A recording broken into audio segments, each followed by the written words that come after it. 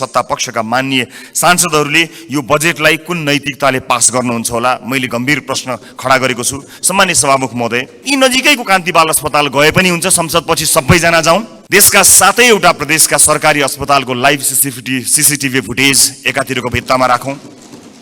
देशका अझ विशेष गरेर मधेसका सामुदायिक विद्यालयका सीसीटीभी फुटेजको लाइभ फुटेज दाहिनेतिर भित्तामा राखौँ अनि बिचमा एउटा स्क्रिनको व्यवस्था गरौँ। सभामुख महोदय, सम्मानित सदनमा केही दिन अगाडि भयो, त्यो बहस यदि निरन्तरता हुने हो भने सम्मानित सभामुख महोदय मार्फत भन्न चाहन्छु, म चाहिँ नेपाली जनतालाई अनुहार देखाउने हैसियतको रहने छैन। त्यसकारणले यो सदनमा हुने बहस अत्यन्त महत्त्वपूर्ण बनोस्। यो सदन कुनै एउटा हेडलाइनमा उचालिने ठाउँ होइन, त्यसको वास्तविकता जाँच गर्नुपर्छ, त्यसलाई परख्नुपर्छ अनि त्यसपछि आवश्यक भए मात्र सदन घेरिनुपर्छ, सदनमा हो हल्ला गर्नुपर्छ। जसुकैको सरकार बनोस्, सत्ता पक्ष प्रतिपक्ष बनोस्, प्रतिपक्ष सत्ता पक्ष बनोस्, तर त्यो नीति फेल हुनु भएन।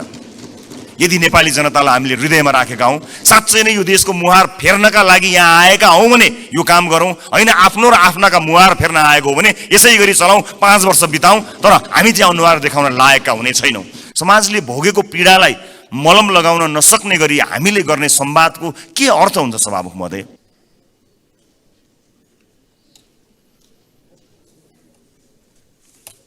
भारतले लगानी गरेन भने हाम्रोमा बिजुली उत्पादनै हुँदैन, उत्पादन भयो भने पनि खर्च गर्ने ठाउँै हुँदैन भन्नुहुन्छ। हामी किन मल कारखाना स्थापना गर्दैनौँ? फेरि पनि भन्छु, हामी किन हाइड्रोजनतर्फ जाने आँट गर्दैनौँ? मुगु कर्णाली र माथिल्लो अरुण दिनु बाँकी छ, त्यसको बारेमा पनि छलफल भइराखेको सुन्नमा आएको छ। हाम्रा उद्योग धन्दाहरू खोल्ने भनेर भन्नुहुन्छ, कपास विकास समिति बन्द गर्नुहुन्छ। यो कसरी, कस्तो बुद्धिले यो कामहरू हुन्छ?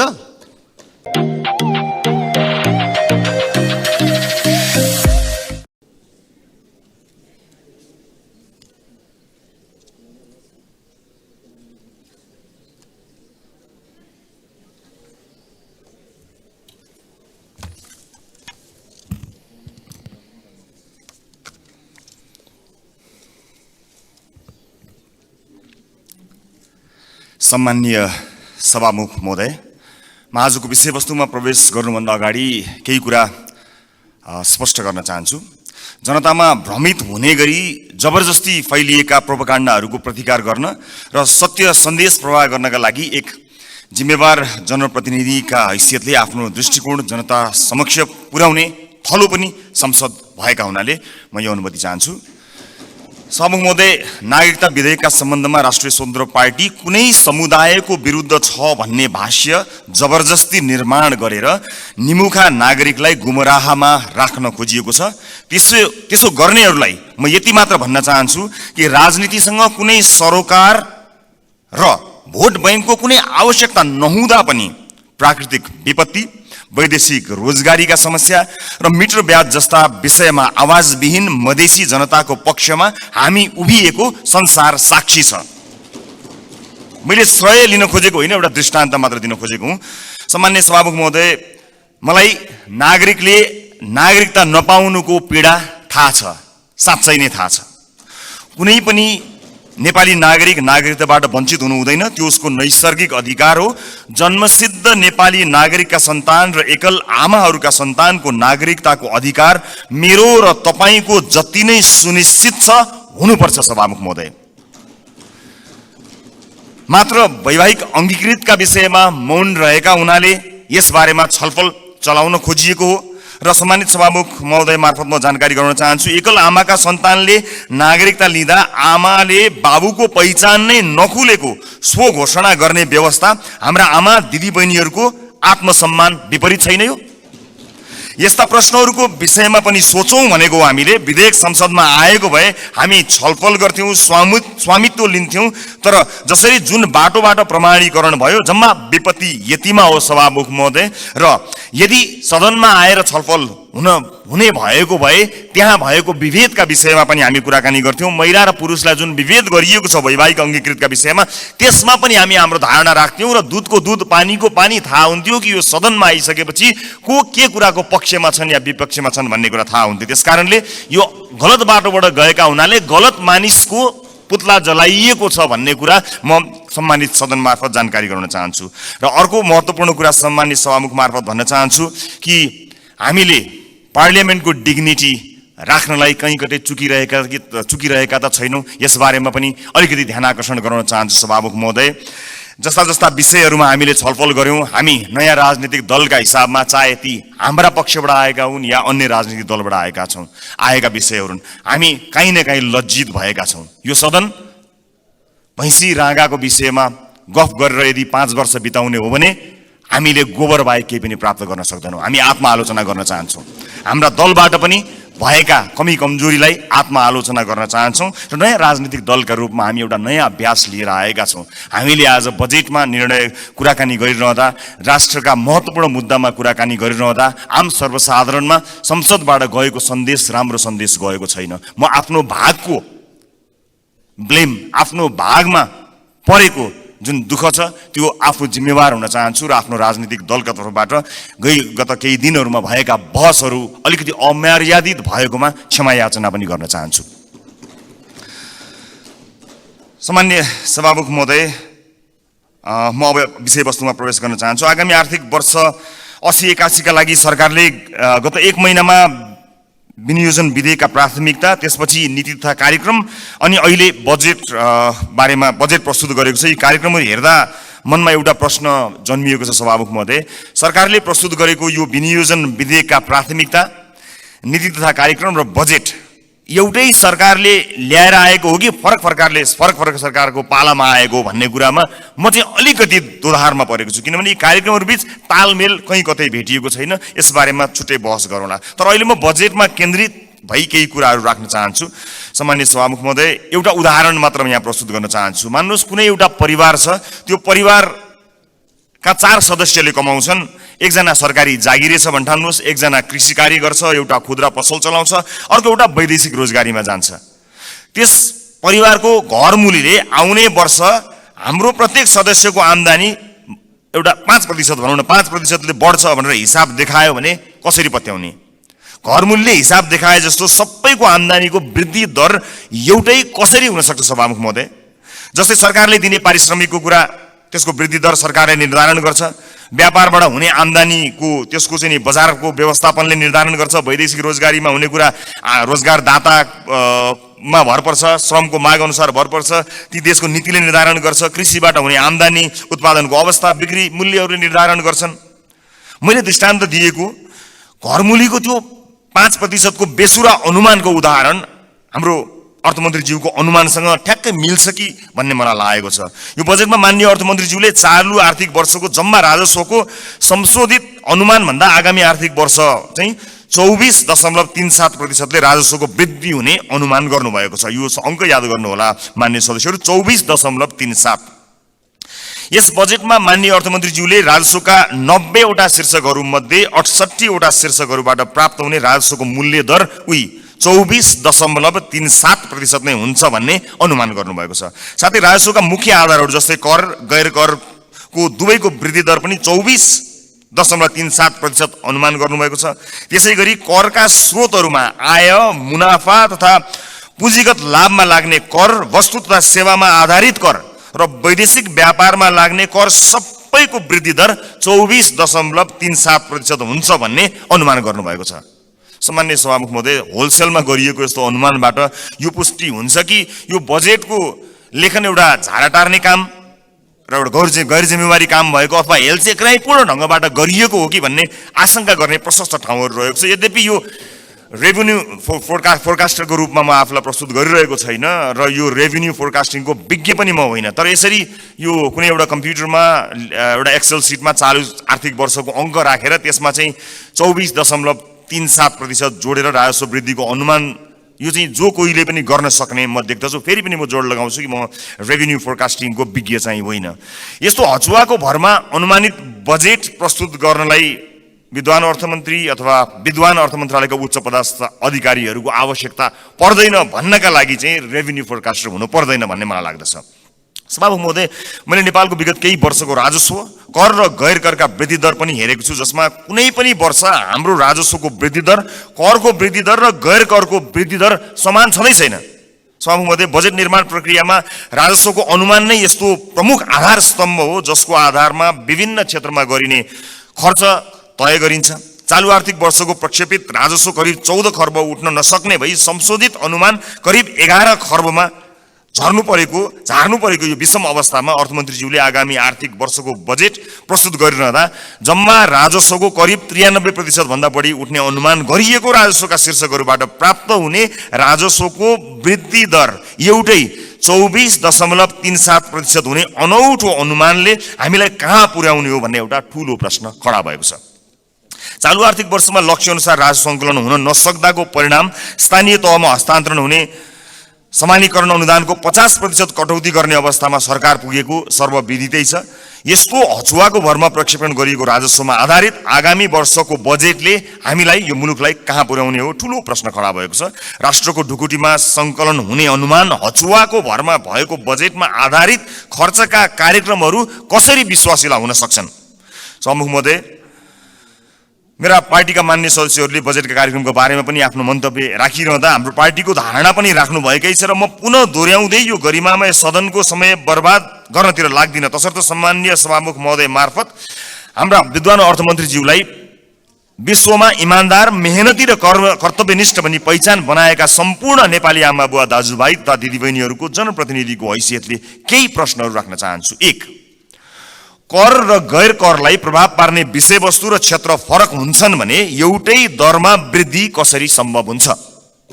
2, कुल राजस्व र कर वृद्धिको दर एउटै कसरी हुन्छ?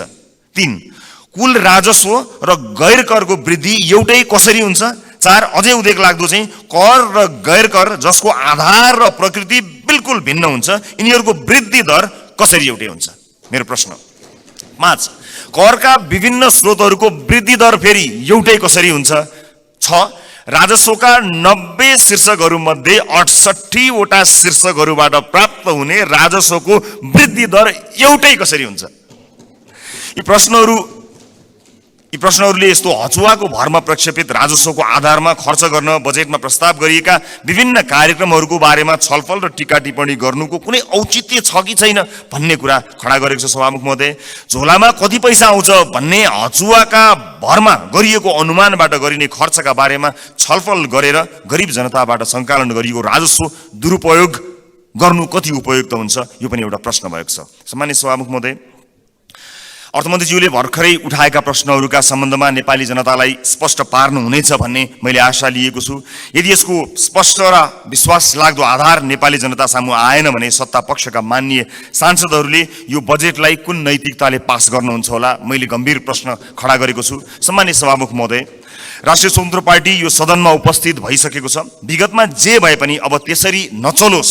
माननीय अर्थमन्त्रीज्यूले मैले उठाएका प्रश्नहरूको विश्वासिलो आधारसहितको भरपर्दो जवाब दिनु सक्नु भएन भने मलाई आशा छ उहाँ राजस्व अनुमानमा संशोधित प्रस्ताव लिएर आउनुहुनेछ। हामी सृजनात्मक र रचनात्मक प्रतिपक्षको भूमिका निर्वाह गर्दै उहाँको संशोधित बजेटलाई पारित गराउन फेरि अग्रणी भूमिका निर्वाह गर्नेछौँ। सभामुख महोदय, सचेत नेपाली जनताहरूले हेरिरहेका छन्। बहुमतको आधारमा यस्तो हचुवाको भरमा अनुमान गरिएको राजस्वमा आधारित बजेटलाई पास गरेर अघि जाने हो भने यसको जिम्मेवारी पास गर्नुहुने सम्पूर्ण माननीय ज्यूहरूले लिनुपर्नेछ। गल्ती हुन सक्छन्, त्यसलाई सच्याएर अघि बढ्नु इमान्दारिता र महानता हो। भएको गल्तीलाई सच्याउन सत्तापक्ष र प्रतिपक्ष नभई हामी कुनै अर्को पक्ष भइराख्नु पर्ने छैन, एकै ठाउँमा उभिन सकिन्छ। यो राष्ट्रले जित्ने कुरा भएको हुनाले परम्पराको नाममा बहुमतले पेलेर जाने मनस्थिति बनाइयो भने त्यसको परिणाम अवश्य पनि यो देशले भोग्नुपर्ने छ, सत्ता पक्ष या विपक्षले भोग्नुपर्ने छैन। त्यसैले मान्य सदस्यहरूले तथ्यमा आधारित भएर आफ्ना विवेक प्रयोग गर्नुहुनेछ भन्ने कुरामा मैले आशा राखेको छु र एउटा आशंका उब्जिएको छ। म सभामुख मार्फत मान्य अर्थमन्त्रीज्यूलाई सोध्न चाहन्छु, स्पष्ट पारिदिनु होला कि यसपटकको विकास बजेट डडेलधुरामा कति पार्नु भएको छ, नुवाकोटमा कति पार्नु भएको छ, गोर्खामा कति पार्नु भएको छ? एउटा गम्भीर प्रश्न खडा भएको छ। सुनिए अनुसार र केही डाटाहरू सार्वजनिक भए भन्दा अगाडै यसको तथ्य जाँच गर्नु अगाडिको आशंकाको प्रश्न हो मेरो। लगभग 40 देखि 50% विकास बजेट डडेलधुरा, नुवाकोट र गोर्खाका लागि छुट्याइएको जानकारी आएको छ। हामी अरूबाट सुन्न चाहदैनौँ। सञ्चार माध्यमका हेडलाइनको तथ्य जाँच हामी गर्दै गरौँला। तर म माननीय अर्थमन्त्रीज्यूबाट यसको जवाफ चाहन्छु। बताइदिनु होला डडेलधुरा, नुवाकोट र गोर्खामा कति बजेट छुट्याइएको छ, अनि मधेसलाई बजेटमा गरिएको विभेदका बारेमा कतिको जानकार हुनुहुन्छ, एकपटक बताइदिनु होला। सम्मानित सदनमा स्क्रिनहरूमा हामी बोलेको आवाज राखिएको छ। हामीले बजेटमा कुराकानी गरिरहँदा यो देशको भविष्य निर्माण गर्छौँ भनेर हामीले ब्यालेटको बाटो हुँदै यही सदन छिरेर परिवर्तन गरेरै छाड्छौँ भनेर प्रतिबद्धता गरेर आइरहँदा सदनमा भइरहने बहसहरूले यतिखेर सरकारी अस्पतालहरूमा भएको अवस्था हामीले सम्बोधन गर्न सकेका छौँ। म त भन्छु सम्मानित सभामुख महोदय, यो सदनमा 5 वर्षसम्म आजबाटै देशका 7वटा प्रदेशका सरकारी अस्पतालको लाइभ सीसीटीभी फुटेज एकातिरको भित्तामा राखौँ। देशका अझ विशेष गरेर मधेसका सामुदायिक विद्यालयका सीसीटीभी फुटेजको लाइभ फुटेज दाहिनेतिर भित्तामा राखौँ। अनि बिचमा एउटा स्क्रिनको व्यवस्था गरौँ सभामुख महोदय, जहाँ करिब प्रत्येक दिन 5-6 हजारका दरले यो देशमा भविष्य छैन भनेर यो देशबाट निस्किएर गएका त्रिभुवन अन्तर्राष्ट्रिय विमानस्थलमा लाइनबद्ध भएका नेपाली नागरिकको तस्बिर, त्यसको लाइभ फुटेज राखौँ र 5 वर्षपछि हामी हेरौँ बिफोर र आफ्टर भनेर। हामी संसद छिर्नु अगाडि ती विद्यालय कस्ता थिए, हामीले 5 वर्ष यो सदनमा बहस गरेर ती विद्यालयलाई कस्ता बनायौँ। ती अस्पतालहरू विशेष गरेर बालबालिकाको हुने ती नजिकैको कान्ति बाल अस्पताल गए पनि हुन्छ, संसदपछि सबैजना जाउँ। त्यो अस्पताललाई हामीले 5 वर्ष यो सदनमा विभिन्न कसैले असाध्यै नरम भनेर, असाध्यै असल ज्ञानी प्राणी भनेर, कसैले हामी जस्ता चर्का आवाजमा बोलेर, जसले जसरी बोले ता भए पनि हामीले गरेको नीति निर्माणले 5 वर्ष अघि र 5 वर्ष पछाडि के फरक पर्यो भन्ने कुरा यो स्क्रिनमा राखौँ र त्यसपछि 5 वर्षपछि आउने सदनलाई त्यो स्क्रिनको अर्को दृश्य हस्तान्तरण गर्ने प्रतिबद्धता व्यक्त गरौँ। यदि यसरी गर्न सक्दैनौँ भने र यसरी रागा भैँसीका भरमा बहसहरू चलाएर अगाडि बढ्ने हो भने नेपाली जनतामा निराशा छाउँछ। सभामुख महोदय, म गम्भीर ध्यान आकर्षण गर्न चाहन्छु। यो सँगसँगै म अर्को एउटा ध्यान आकर्षण पनि गराउन चाहन्छु। हामीले बनाउने कानुनहरूका आधारमा र अझ विशेष गरेर हामीले छुट्याएको प्राथमिकताहरूका आधारमा जनजीविकामा प्रभाव पर्नुपर्ने हुन्छ, हाम्रो जीवनमा प्रभाव पार्ने होइन। तपाईँ हाम्रो जीवनमा आज यो सम्मानित सदनभित्र आएका हामीहरू नेपाली नागरिकलाई केही भनेर यहाँ आएका छौँ, तर आज सम्बन्धित मन्त्रीका जिल्लाहरूमा, अलिकति पहुँच भएका सांसदहरूका जिल्लाहरूमा जसरी बजेट बाँडफाँड गर्ने कार्य भएको छ, के तपाईँलाई लाग्छ यसपछि फेरि पनि जनताका माझमा हात जोडेर भोट माग्न जाँदाखेरि हामीले यही 5 वर्षका गतिविधि र यिनै बजेटहरू यिनैका आधारमा नेपाली जनताले हामीलाई पत्याएर भोट दिनेछन्? दिने छैनन्। यदि नेपाली जनताले विवेक प्रयोग गरे भने दिने छैनन्। र जुन किसिमको बहस सम्मानित सदनमा केही दिन अगाडि भयो, त्यो बहस यदि निरन्तरता हुने हो भने सम्मानित सभामुख महोदय मार्फत भन्न चाहन्छु, म चाहिँ नेपाली जनतालाई अनुहार देखाउने हैसियतको रहने छैन। त्यसकारणले यो सदनमा हुने बहस अत्यन्त महत्त्वपूर्ण बनोस्, यहाँ हुने सरसल्लाहहरू महत्त्वपूर्ण बनुन् भन्ने कुराको ध्यान आकर्षण गर्न चाहन्छु र आफ्ना दलका तर्फबाट म यसको प्रतिबद्धता पनि व्यक्त गर्न चाहन्छु।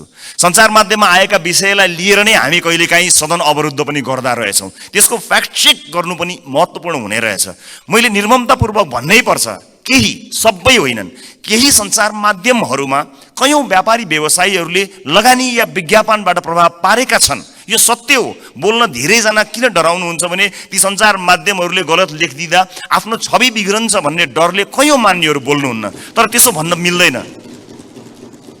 त्यसैमा आएको समाचारले संसदमा हङ्गामा मचाइरहँदाखेरि त्यो जसले समाचारलाई प्रभावित पार्न खोज्यो कुनै व्यापारी, उसले कति रमाइलो मान्दो हो। यो सदन कुनै एउटा हेडलाइनमा उचालिने ठाउँ होइन, त्यसको वास्तविकता जाँच गर्नुपर्छ, त्यसलाई परख्नुपर्छ, अनि त्यसपछि आवश्यक भए मात्र सदन घेरिनुपर्छ, सदनमा हो हल्ला गर्नुपर्छ। यो मैले आफैलाई बढी प्राथमिकता दिएर भनेको, मैले कुनै दललाई भनेको होइन। हाम्रो दल पनि यसमा सहभागी छ। त्यसकारणले हामी केही नयाँ गरौँ भनेर आएका दलहरू हामी पुरानै शैलीमा गयौँ र हामी पनि त्यही रोगमा लाग्यौँ भने मैले अघि भने जस्तै हामीले प्राप्त गर्ने भनेको यी गाई र भैँसीका अथवा भैँसी र रागोका कुराकानी गऱ्यौँ भने अन्त्यमा हामीले प्राप्त गर्ने भनेको त्यो गोबर बाहेक केही पनि होइन। मैले सम्मानित सदनलाई यो कुरा जानकारी गराउनै पर्नेछ। सम्मानित सभामुख महोदय, यस सदनमा हामीले नेपाली जनताका लागि नीतिहरू बनाइरहँदा र विशेष गरेर बजेटमा प्राथमिकताहरू छुट्याइरहँदा हामीले छुट्याएको प्राथमिकताले आम नागरिकको जीवनलाई छुन सकेनछ भने, आम नागरिकको दैनिकीलाई प्रभाव पार्न सकेन भने हाम्रो लागि त्यो दुर्भाग्यको विषय हुन्छ। सरकारले विदेशमा रहेका नागरिकका लागि पनि अब भोटिङ राइट्स दिने, विदेशमा रहेका नेपाली नागरिकले पनि भोट हाल्न पाउने अधिकारको सुनिश्चितता गर्ने भनेर भन्यो।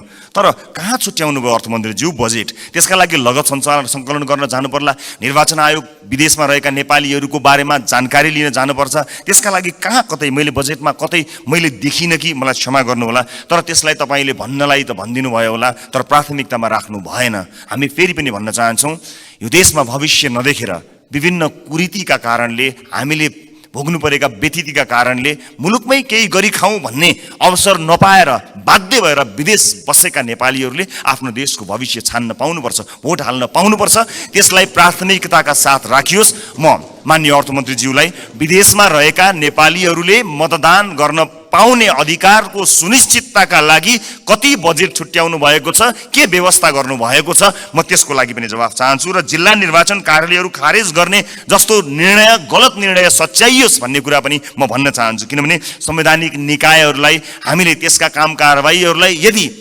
ध्यान दिएनौँ, तिनको स्वच्छतामा हामीले प्रश्न खडा गरेनौँ र त्यसलाई सरकारका मार्फत या कुनै मन्त्रालयका मार्फत ल्याएर राखिदियौँ भने त्यो साँच्चै नै दुर्भाग्यपूर्ण हुनेछ। त्यसकारणले यसलाई पनि पुनर्विचार गरियोस्। खर्च कटौतीका नाममा हरेक विषयलाई त्यसको गम्भीरता, त्यसको महत्त्व नबुझिकन गरियो भने त्यो साँच्चै नै दुःखद हुनेछ। म सम्माननीय सभामुख मार्फत यो ध्यान आकर्षण गराउन चाहन्छु। र अहिले बजारमा देखिएको वित्तीय सङ्कट, आम नागरिकले भोगेको वित्तीय सङ्कटलाई सम्बोधन गर्ने र त्यसमा उत्साह छर्ने किसिमका कुनै पनि कार्यक्रमहरू हामीले देख्न सकेनौँ। आज एकपछि अर्को सटरहरू बन्द भएका छन्। आज कयौँ व्यापारी व्यवसायीहरू बैंकको चर्को ब्याज तिर्न नसकेर कयौँ व्यापारी व्यवसायीहरू आत्महत्या गर्ने अवस्थासम्म पुगेका छन्। मेरै निर्वाचन क्षेत्रमा शङ्कर कणेलले आत्महत्या गर्नुभयो र उहाँको सुसाइड नोटमा लेखिएका कुराहरू गम्भीर छन्। यस्ता धेरै समस्याहरू देखिएका छन्। आज प्रत्येक 3वटा सटरमा एउटा सटर बन्द भएको अवस्था छ। आज सहकारीहरूका कारणले गर्दाखेरि जुन किसिमको बिल्लीबाट मानिसहरूको भएको छ, त्यसलाई सरकारले गम्भीरतापूर्वक सम्बोधन नगर्ने भयो भने धेरै मानिसहरू सडकमा आउन बाध्य भएका हुन्छन् र बेवस भएर यो मुलुक छोडेर विदेशमा रोजगारीका लागि जानुपर्ने अवस्था सिर्जना हुन्छ। अनि विदेशमा रोजगारीका लागि जानु पर्दाखेरि विदेशमा भएका हाम्रा राजदूतावासहरूको संयन्त्रले लाखौँको सङ्ख्यामा भएका नेपाली नागरिकहरूलाई सम्बोधन गर्नै सक्दैन। यहाँ केही गरौँ भन्दा गर्न पाएका छैनन्। देशै छोडेर जाँदा परदेशमा पनि दुःख पाएर बसेका छन्। मुलुकको समाजको वास्तविक समस्यासँग हाम्रो नीति, हाम्रो बजेट, हाम्रो कार्यक्रम कसरी अलग हुन सक्छ? सभामुख महोदय, समाजको चरित्रभन्दा, समाजले भोगेको पीडाभन्दा हामीले यहाँ गर्ने डिस्कसन, तपाईँ हामीले गर्ने संवाद कसरी फरक हुन सक्छ? सभामुख महोदय, समाजले भोगेको पीडालाई मलम लगाउन नसक्ने गरी हामीले गर्ने संवादको के अर्थ हुन्छ? सभामुख महोदय, त्यसकारणले म विनम्रतापूर्वक अनुरोध गर्न चाहन्छु सभामुख महोदय मार्फत कि नेपाली जनताको पीडालाई, नेपाली जनताले आज भोगेका समस्याहरूलाई, त्यसलाई महसुस गरेर, त्यसलाई लिपिबद्ध गरेर हामीले बजेटमा ध्यान दिनुपर्छ। र अन्त्यमा आगामी वर्षका लागि हामीले यसो गर्न सक्छौँ कि सानो एउटा सुझाव सहित म बिदा माग्छु। बजेट बन्नुभन्दा 4-5 महिना अगाडि हरेक राजनीतिक दलका अझ विषयविज्ञहरू छन् भने उनीहरूलाई सहभागी गराएर प्राथमिकताका क्षेत्रहरू छुट्याउँ। कुनै पनि राजनीतिक दलले भोट माग्दाखेरि शिक्षा गुणस्तरीय र स्वास्थ्य आम नागरिकको पहुँचमा भनेर हामीले भोट मागेका हौँ नि। हाम्रो घोषणापत्रमा, हाम्रा वाचापत्रमा बाकाइदा लेखिएको छ नि। नेपालको संविधानले पनि त्यो अधिकारलाई सुरक्षित गरेको छ नि। भनेपछि के सत्तापक्ष के विपक्ष कसैको विमति होला र? हामीले कस्तो शिक्षा नीति बनाउने? आउनुहोस् सबै राजनीतिक दलका साथीहरू एक ठाउँमा उभियौँ र एउटा साझा शिक्षा नीति सरकारलाई हामीले रेकमेन्ड गरौँ। किनकि तपाईँले भोट माग्दा पनि नेपाली जनतालाई राम्रो शिक्षा दिन्छु भन्नुभएको हो, मैले भोट माग्दा पनि नेपाली जनतालाई राम्रो शिक्षा दिन्छु भनेको हो। अनि यहाँ राजनीति कसरी भयो? तपाईँको जिल्लाका बाटोहरूमा भोट हालेपछि अब तपाईँ यहाँ कुनै नेताको जिल्ला अथवा गाउँठाउँमा बाटो पुर्याएर भोट माग्ने दिनको त अब अन्त्य गर्नुपर्छ। हजुर सिङ्गो देशलाई हेर्नुपर्छ। अब त त्यसरी चल्दैन बाँडेर। यो नागरिकको स्वास्थ्यका लागि आवश्यक पर्ने हेल्थ केयर बिल कस्तो हुनुपर्छ, सबै राजनीतिक दलका 101 छानेर एक ठाउँमा बसौँ बजेट बन्नुभन्दा करिब 4-5 महिना अगाडि, र हामी साझा अवधारणा बनाऊ र त्यसमा एउटा कमन कमिटमेन्ट गरौँ, त्यसलाई सरकारको शिक्षा नीति बनाऊ। कोही विपक्षमा हुने छैनन्, किनकि सबैको अपनत्व हुनेछ। त्यसै गरी स्वास्थ्यका विषयमा कुराकानी गरौँ, अफोर्डेबल हेल्थ केयरका बारेमा हामी कुराकानी गरौँ र सबै दलका माननीयहरू अझ विषय विज्ञहरूलाई राखेर र आवश्यक परे नागरिक समाजबाट पनि विषयमा विज्ञता हासिल गरेका मानिसहरूलाई ल्याएर यो देशको स्वास्थ्य नीति कस्तो हुन्छ भन्ने कुरामा बहस गरौँ। 5 महिना अगाडि बहस गरौँ र त्यस बहसबाट निस्किएको निष्कर्ष, चाहे त्यो मुखमा त्यो निष्कर्ष निस्किएको भोलिपल्ट सरकार ढलोस्, जसुकैको सरकार बनोस्, सत्ता पक्ष प्रतिपक्ष बनोस्, प्रतिपक्ष सत्ता पक्ष बनोस्, तर त्यो नीति फेल हुनु भएन। यदि नेपाली जनतालाई हामीले हृदयमा राखेका हौँ, साँच्चै नै यो देशको मुहार फेर्नका लागि यहाँ आएका हौँ भने यो काम गरौँ, होइन आफ्नो र आफ्नाका मुहार फेर्न आएको हो भने यसै गरी चलाउँ, 5 वर्ष बिताउँ, तर हामी चाहिँ अनुहार देखाउन लायकका हुने छैनौँ। देशको मुहार जस्ताको तस्तै, तर राजनीतिज्ञको मुहार कति धेरै चम्किलो भएको छ हेर्नुहोस् त। किनकि हामीले जनताका मुद्दालाई चुनावका बेलामा मात्र सम्झ्यौँ, चुनाव पछाडि बिर्स्यौँ। म सम्पूर्ण माननीय सदस्यहरूलाई, सत्ता पक्ष प्रतिपक्ष जहाँ रहनु भएको छ, म सबैलाई विनम्रतापूर्वक अनुरोध गर्न चाहन्छु। नागरिकता विधेयकमा पनि हामीले भन्न खोजेको त्यही हो, ओनरसिप यहाँ छलफल हुन पाएको भए सम्भवतः त्यसमा भएका बुँदाहरूमा अथवा छुटेका विषयहरूमा छलफल गर्न सकिन्थ्यो। यहाँ भएका कुनै पनि दलका मान्य सदस्यहरूले नेपाली नागरिकले नागरिकताबाट वञ्चित हुनु परोस् भन्ने कुरामा मत हाल्नै सक्नुहुन्न। कसले सक्नुहुन्छ र? विमति कसैको पनि हुने छैनन्। तर सबैले अपनत्व महसुस गरी सही ढङ्ग र सही बाटोमा आएको भए अहिले सम्भवतः सम्मानित अदालतमा गएर त्यो अड्किने थिएन। अनि त्यसको दोष केही दलहरूले लिनु परेको छ, वास्तवमा होइन। नेपाली नागरिकले नागरिकता प्राप्त गर्नुपर्छ भन्ने कुराको विरोधमा, त्यसको विपक्षमा कोही पनि नेपाली हुनै सक्दैन। तर त्यसभित्रको अन्तर्वस्तुमा पछिसम्मलाई सोचेर संवेदनशील विषयहरूमा यो सदन जहाँ नयाँ माननीयहरू र नयाँ राजनीतिक दलका रूपमा हामी पनि आएका छौँ, हामी पनि यसमा सहभागी हुन चाहन्छौँ अनि हामी पनि यो छलफलमा सहभागी हुन चाहन्छौँ, अन्तर्वस्तुमा कुराकानी गर्न चाहन्छौँ र त्यो विधेयकले छुटाएका तर महत्त्वपूर्ण विषयमा हामी योगदान दिन चाहन्छौँ र इतिहासलाई त्यो दस्तावेजमा हामी पनि सही साक्षी हौँ भनेर भन्न चाहन्छौँ। हामी पक्षमा छौँ। हामी जन्मसिद्ध नेपाली नागरिकहरूले नागरिकता पाउनुपर्छ भन्ने कुराको पक्षमा छौँ। हामी सम्पूर्ण योग्य नेपाली नागरिकहरूले नागरिकता पाउनुपर्छ भन्ने कुराको पक्षमा छौँ। हामी त्यो बहसमा सहभागी हुन चाहन्छौँ र पछिसम्म यो मुलुकलाई हित हुने विषयमा सहभागी मात्र हुन चाहन्छौँ। सम्मानित सदनमा आज मैले यति कुराहरू राखेँ। मलाई विश्वास छ हामीले गरेका बहसहरू केवल बहसका लागि होइनन्। हामीले भनेका यी शब्दहरू, हामीले प्रकट गरेका हाम्रा धारणाहरू केवल यतिकै एउटा धारणा राख्नलाई गरिएका विषयवस्तु होइनन्। विशेष गरेर यसपटकको संसदका सबै जस्तो सेसनहरूमा, सबै जस्तो विषयहरूमा आम नागरिकको चासो तुलनात्मक रूपमा अघिल्ला वर्षहरूको भन्दा बढी भएको एउटा डाटाले बताएको छ। अर्थात् नेपाली नागरिकहरू तुलनात्मक रूपमा नेपालको संसदमा भइरहेको बहसलाई अचेल, अत्यन्त गम्भीरताका साथ हेरिरहेका रहेछन्। एउटा अध्ययनले त्यो बताएको छ। यस्तो चासोको विषय बनेको यो सदन हाँसोको विषय नबनोस्, महत्त्वपूर्ण निर्णयहरू आउन सकुन् र एक अर्कामा सहकार्य गर्दै संसदीय मर्यादालाई कायम राख्दै बहसहरू कायम गरेर मुलुकका लागि केही चिज दिन सकियोस्। र यो 5 वर्षमा जसरी भनिन्छ नि, हामी हाम्रो जीवनको 5 वर्षलाई पल्टाएर हेऱ्यौँ भने 5 वर्ष अगाडि हामी कहाँ थियौँ र 5 वर्ष पछाडि हामी कहाँ छौँ भन्ने कुरा हामी सजिलै हेर्न सक्छौँ। व्यक्तिको जीवनमा 5 वर्षको धेरै ठुलो महत्त्व हुन्छ, देशको जीवनमा पनि त्यो 5 वर्षको अझ धेरै महत्त्व हुन्छ। त्यसकारणले हामी यो सदनको जब अन्तिम दिनमा यहाँ बोल्नेछौँ, अघि मैले भने जस्तै हामीले विशेष गरेर देशको टड्कारो समस्यामा रहेका नागरिकको स्वास्थ्यमा यो 5 वर्ष सदनभित्र आएर हामीले के गर्यौँ त्यो भन्न पाइयोस्। त्यसपछि निर्वाचित हुने मान्यज्यूहरूलाई बुझाउन पाइयोस् हामीले यो देशका लागि यति गर्न सक्यौँ, बाँकी तपाईँको जिम्मा भन्न सकियोस्। अघिल्लो सदनले हामीलाई के बुझायो? आज अघिल्लो सदनले बुझाएका कयौँ भ्रष्टाचारका काण्डहरू काँधमा बोकेर हामी हिँड्नु परेको छ। त्यसको निराकरण गर्नुपर्दाखेरि यहाँ एउटा दलको नाम आयो भने अर्को दलले विभिन्न बहानामा बार्गेनिङ गरेर त्यसलाई विषयान्तर गर्न खोज्ने हो कि भन्ने आशंका पैदा भएको छ। एउटा विषय उठ्छ, त्यसपछि त्यो विषय सेलाउँछ, अर्को विषय उठ्छ। कता कता आशंका पैदा भएको छ। मैले भनेको थिएँ कि कहीँ पुराना राजनीतिक दलहरू एक अर्काको पोल खुल्ला भनेर आत्तिएका त छैनन्, विषयान्तर गर्न लागिरहेका त छैनन्। हामीलाई डर भएको छ। नेपाली जनताले नयाँ म्यान्डेट दिएर पठाएको राजनीतिक दलका रूपमा हामी पुराना माननीयज्यूहरूबाट सिक्न चाहन्छौँ, बुझ्न चाहन्छौँ। तपाईँको राजनीतिक लडाइँ र तपाईँको राजनीतिक इतिहासको मानमर्दन गर्ने हाम्रो ध्येय कहीँ पनि छैन। कुन सङ्घर्षले तपाईँले आज यो दिन ल्याउनु भएको छ? हामी त सजिलै राजनीतिमा आयौँ। साँच्चै भन्नुपर्दा हामीलाई राजनीतिमा त्यो सङ्घर्ष गर्नु परेन। तपाईँहरू त राज्यले लखेटेको, राज्यले मार्छु भनेको, भूमिगत बस्नु परेको, जेल जीवन बिताउनु भएको, त्यति ठुलो सङ्घर्ष गरेर तपाईँहरूले यहाँ ल्याउनु भएको छ। हामीलाई गर्व छ तपाईँहरूप्रति।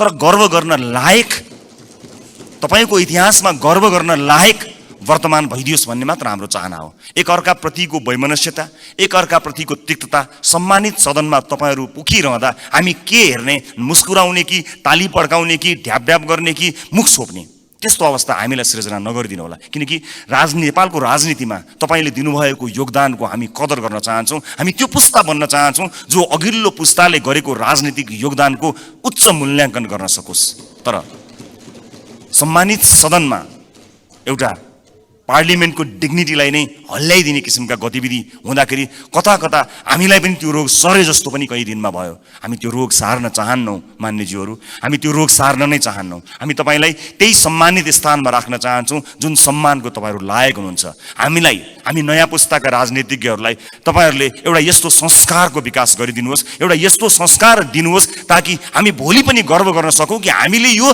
तपाईँबाट सिकेका हौँ। हामीले नेपाली कङ्ग्रेसबाट सिक्यौँ, हामीले नेकपा एमालेबाट सिक्यौँ, हामीले नेकपा माओवादीबाट सिक्यौँ भनेर हामीले भन्न सकौँ, मधेसवादी दलहरूबाट सिक्यौँ, जसपाबाट सिक्यौँ भन्न सकौँ, हामीले नेताहरूको नाम लिएर भन्न सकौँ यी नेताहरूबाट हामीले सिकेको हो नि भन्न सकौँ।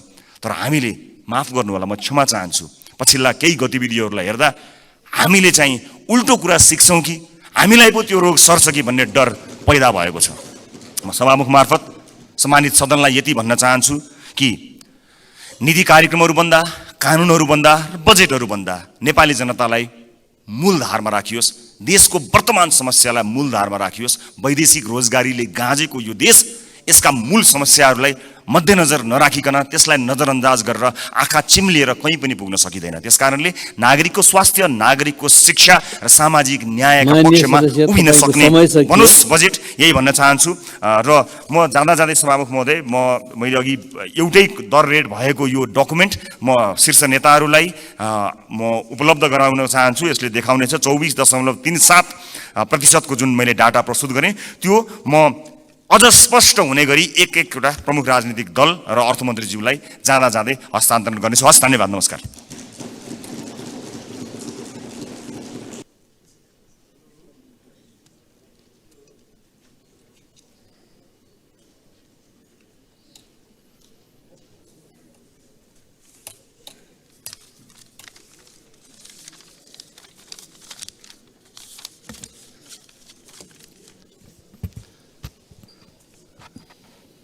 सभामुख महोदय,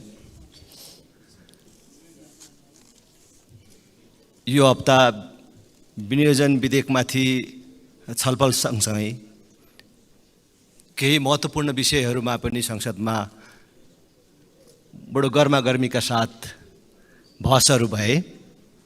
खास गरी हामीले नागरिकता विधेयकको सम्बन्धमा केही प्रश्नहरू उठाएका थियौँ र त्यसमा हामी कहीँ पनि दुविधामा छैनौँ र हामीले प्रस्ताव गर्नुपर्ने केही कुरा पनि छैन। त खालि केही प्रश्न पार्न चाहन्छु कि केही पक्षबाट नागरिक समाजमा हामी नागरिकता विधेयकको विपक्षमा थियौँ भन्ने जस्तो, हामीले अस्ति पनि भन्यौँ कि हामी त्यो प्रक्रियाको विरुद्धमा थियौँ।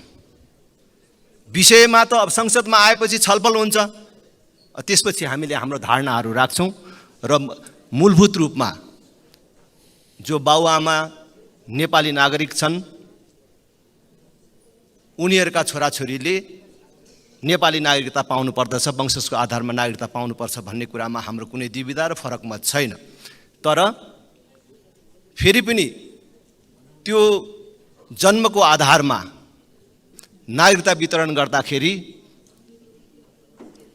त्यो सुविधा लिएर कसैले, कुनै विदेशीले नागरिकता लिएको छ भने तिनीहरूमा छानबिन हुनुपर्दछ र त्यस्तोलाई कारबाही हुनुपर्दछ भन्ने कुरामा फेरि हामी निरन्तर कायम छौँ। त्यसकारण त्यो गलत प्रचार नगरियोस् राष्ट्रपति भन्ने व्यक्ति होइन, संस्था हो। एउटा राष्ट्रपतिले प्रमाणीकरण नगरेको विधेयक अर्को राष्ट्रपतिले प्रमाणीकरण गर्दाखेरि के आधारमा गरियो भन्ने कुरा जवाफ चाहिन्छ नै संसदलाई। त्यो संसदको बुझ्न पाउने अधिकारको कुरा हो। फेरि पनि दोहोऱ्याउँछु, राष्ट्रपति व्यक्ति होइन, संस्था हो। एउटा राष्ट्रपतिले नगरेको कुरा अर्कोले गर्न मिल्ने, एउटाले गर्न नमिल्ने, यस्तो के कुरा हो? संसदले थाहा पाउनु पर्दछ भन्ने कुरा र आम जनता र आम देशवासीले थाहा पाउनु पर्दछ भन्ने कुरामा हामी निरन्तर रूपमा लागिराख्छौँ। यो भोटको कुरा होइन। अब म खास गरी अब बजेटको विषयमा आउन चाहन्छु। हामीले सभामुख मार्फत अर्थमन्त्रीजीलाई नीति तथा कार्यक्रमको बेला सुझावहरू दिएका थियौँ। त्यसबेला जनताका प्रतिनिधिहरूका सुझाव पनि महत्त्वपूर्ण हुन्छन्। दलका प्रतिनिधिहरूलाई राखेर केही सुझाव लिन सकियो भने राम्रो हुन्छ भन्ने ठान्नु भएको भए, सुझावहरूलाई स्वीकार गर्नुभएको भए सायद बजेट अलि फरक ढङ्गले आउन सक्थ्यो कि भन्ने मलाई अहिले पनि लागिराखेको छ। र त्यसको फाइदा मन्त्रीजीलाई त हुन्थ्यो, यो सरकारलाई हुन्थ्यो, त्यसमा अपनत्व सबै दलहरूको हुन्थ्यो र त्यसको मूल फाइदा देशलाई हुन्थ्यो। र अहिले जसरी एकाङ्गी ढङ्गले बजेट निर्माण भएको छ, त्यसले फेरि पनि भन्छु, यो बिग्रदो आर्थिक अवस्थाका बीच जो निराश जनतालाई, व्यवसायीहरूलाई यसले कुनै आशा पैदा गर्न सक्दैन र आशा निर्माण गर्ने, एउटा आशा जगाउने खालको कुनै काम गर्न सक्दैन। बजेट बनाउने भनेको देशको सुदूर भविष्यलाई हेरेर हो, कुनै पार्टीलाई हेरेर, कुनै निर्वाचन क्षेत्रलाई हेरेर बनाइने होइन र कुनै व्यवसायिक घरानालाई हेरेर बनाइने होइन। बजेट बनाउँदाखेरि विगतबाट शिक्षा लिनुपर्छ।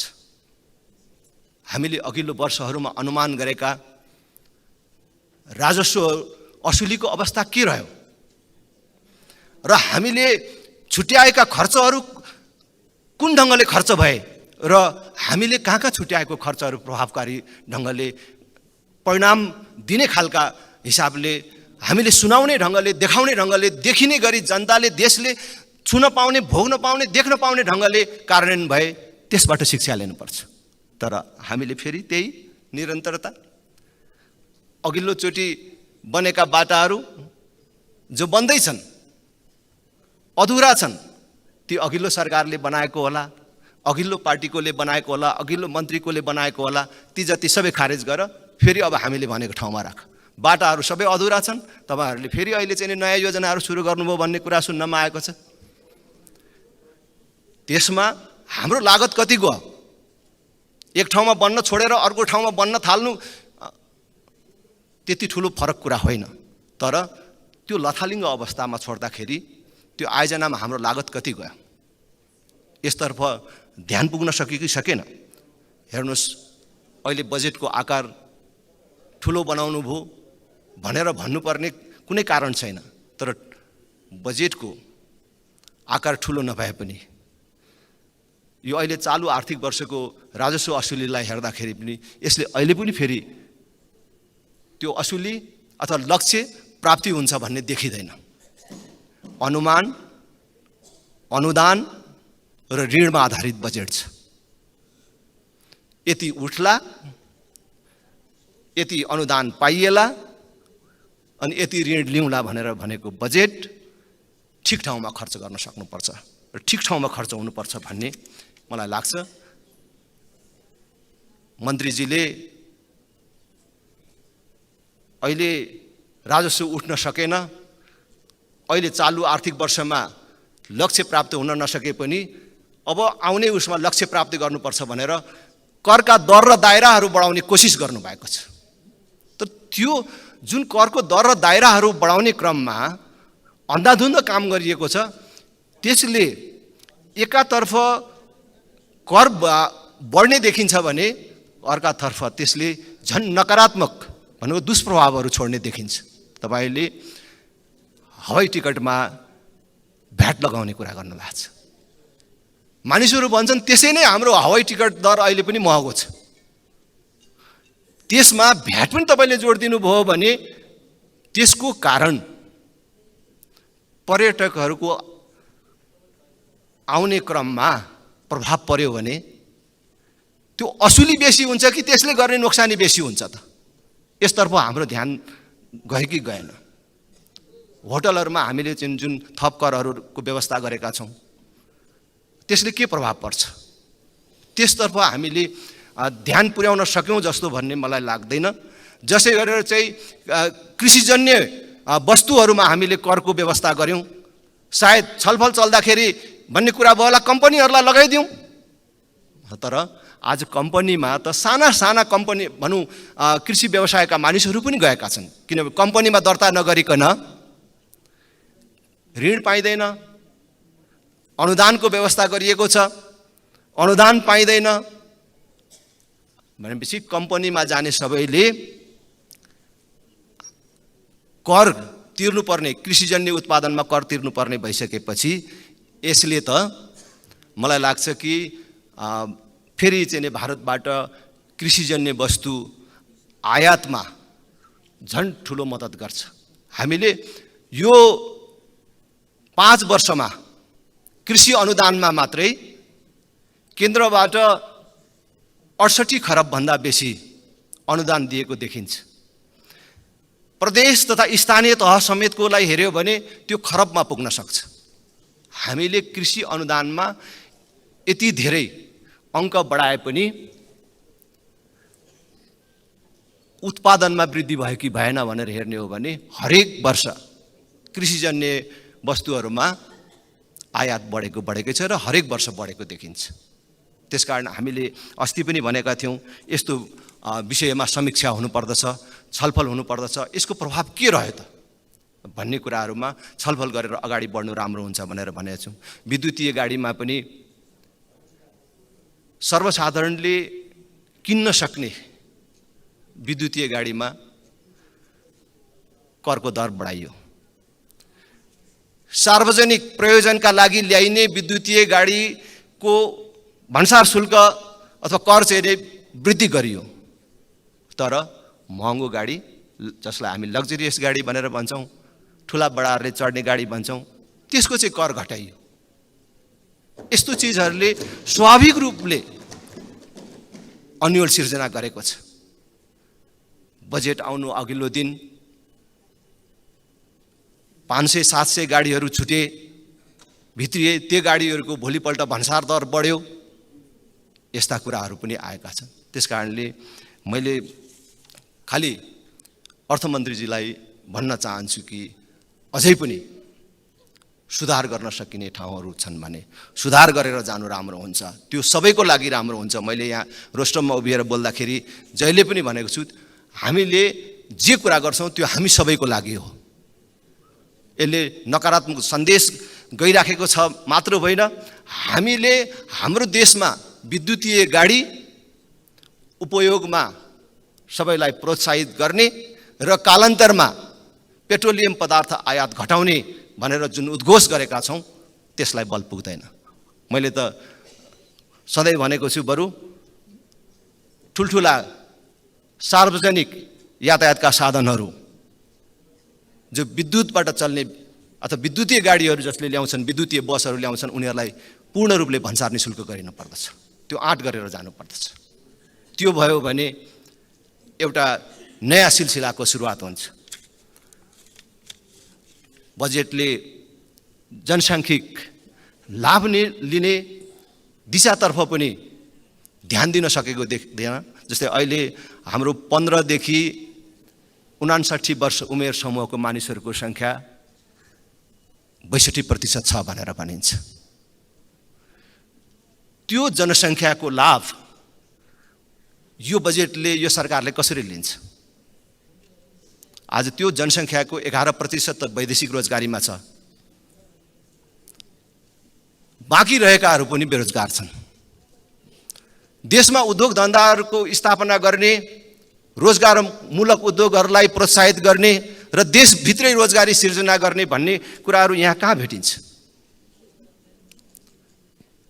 नयाँ वैदेशिक रोजगार गन्तव्यहरूको खोजी गर्ने भनेपछि त फेरि पनि बेरोजगार उत्पादन गर्ने र वैदेशिक रोजगारमै प्रोत्साहित गरिराख्ने भन्ने कुराहरू देखिन्छ। मैले अस्ति नीति तथा कार्यक्रमको बेला पनि भनेको थिएँ, केही यस्ता क्षेत्रहरू निर्धारण गरौँ जहाँ कसैले रोजगारमूलक उद्योगहरू खोल्छ, हजारौँ मान्छेहरूलाई रोजगार दिने उद्योगहरू स्थापना गर्छ भने उसलाई विद्युतमा सहुलियत दिने व्यवस्था गरौँ। त्यो आँट गर्नु पर्थ्यो, नयाँ कुराहरू ल्याउन सक्नु पर्थ्यो। हाइड्रोजनमा जाउँ, मल कारखाना स्थापनातर्फ जाउँ। मल कारखानाको कुरा पनि हरायो, हाइड्रोजन उत्पादनको कुरा पनि हरायो र हामी खालि बिजुली कसरी भारतलाई जिम्मा लगाउने, त्यो पनि खोला नालाई जिम्मा लाउने, उत्पादन गरेको बिजुली लाउने होइन, खोला नालाई लाउने। अस्ति सम्माननीय शेरबहादुर देउवा प्रधानमन्त्री त्यसबेला चाहिँ हुनुभएको बेला पश्चिम सेती छ के बुझाउनु भयो। अहिले फुकोट कर्णाली, अरुण चौथो तल्लो, हामीले भारतलाई विद्युत उत्पादन गर्न यी खोलाहरू जिम्मा दियौँ, यो सम्झौता गऱ्यौँ भन्नेमा जहिले पनि हामी गौरव गर्छौँ। हामी आफै उत्पादन गर्ने भयौँ, हाम्रै पैसाले गर्ने भयौँ, हाम्रो विदेशमा रहेका वैदेशिक रोजगारमा रहेका युवाहरूको पैसाले गर्ने भयौँ, हाम्रो गैर आवासीय नेपालीहरूबाट गर्ने भयौँ र त्यसतर्फ हामीले विकल्प खोज्यौँ भन्नेतर्फ हाम्रो ध्यान गएन। भारतले लगानी गरेन भने हाम्रोमा बिजुली उत्पादन नै हुँदैन, उत्पादन भयो भने पनि खर्च गर्ने ठाउँै हुँदैन भन्नुहुन्छ। हामी किन मल कारखाना स्थापना गर्दैनौँ? फेरि पनि भन्छु, हामी किन हाइड्रोजनतर्फ जाने आँट गर्दैनौँ?